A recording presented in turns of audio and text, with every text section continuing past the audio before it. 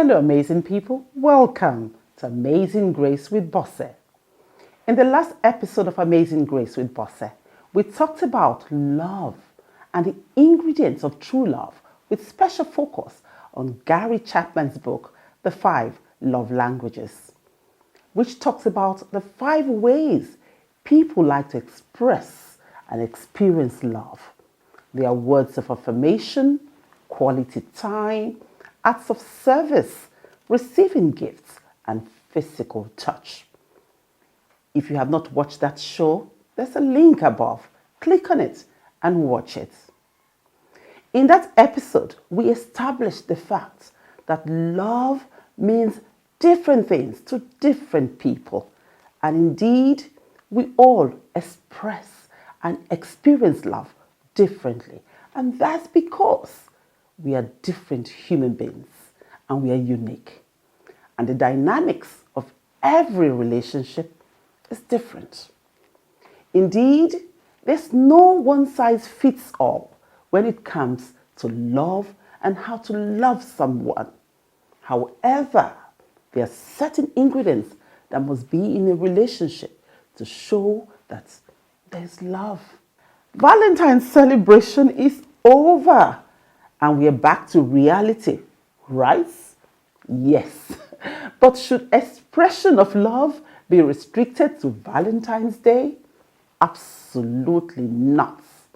Love should be expressed every day. You don't have to wait till the next Valentine Day to show love. No doubt, how we love in this century is changing. Yes, but true love never changes. It's constant. The ingredients of true love doesn't change either. But the way love and loving is executed is evolving. What worked for our parents and grandparents and even my generation will not work for the millennials and the Generation Z. The way this generation see and execute love is so different. They don't play. They don't believe in indidikama or surulere, meaning patience is good, patience is gain. The millennials and Generation Z don't know how to manage love. Them no sendo. They don't believe in long suffering. Well, suffering is definitely not a good thing, especially if it is inflicted deliberately by someone you care about. But patience is a good thing. Patience is a virtue that we all need and must bring to play in any relationship because nobody is perfect. So, if you want a happy, loving, no hassles and fulfilling relationship, you have to play by certain universal rules of love and life. You have to play your part. Shikina. Indeed, how we like to be loved and give love is different for everybody. While the 5 love languages by Gary Chapman are very important for any relationship to work, some writers have also talked about the 6th love language, which is space. The argument is that every relationship needs a certain amount of space to breathe because that space creates value. Spending time apart and still being lovingly connected allows you to appreciate each other more. Many believe that love without boundaries can be suffocating. And so lovers should encourage each other to take personal care of themselves. As they say, absence makes the heart grow fonder. When we say absence, we are talking about absence within reason. Absence that makes sense. It could be absence to pursue a dream or certification for a short time, watch a football game with your friends alone, or time out with your girlfriends to see a movie, and generally do what you enjoy by yourself. Giving each other a little space is very healthy for relationships. I think so. The truth is, having that space alone sometimes, be it for a few hours, to read a book in your house alone, or a few days to visit your parents, can be refreshing. However, you must be careful not to give too much space, because that can affect your relationship negatively. I have looked at the 5 love languages and the 6th love language, and I believe that if couples are unselfish and sacrificial and truly identify their partner's primary and secondary love language, and make sure that all the other love languages are not completely ignored, it will go a long way to help relationships. However, I want to add a 7th love language, which will be the real deal, that brings all the other love languages together. You need the 7th love language to wrap all the love together. The absence of the 7th love language in any relationship can bring all your efforts to naught. Respect is the 7th love language. I believe strongly that respect is very critical in any relationship.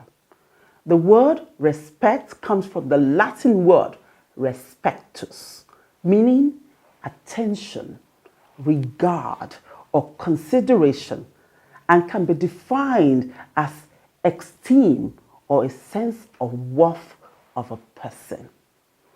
Respect is at the roots of love. It is the cornerstone of any healthy relationship, and respect is one of the greatest expressions of love.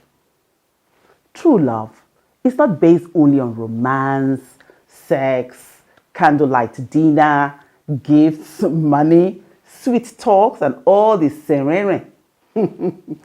Oh, what is the meaning of serene, by the way?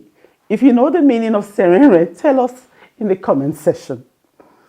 True love is the combination of respect, friendship, honesty, loyalty, commitment, passion, understanding, trust, communication, and companionship.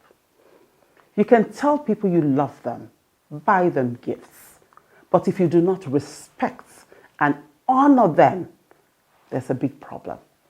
Because love is respect, respect is love. Respect is not control.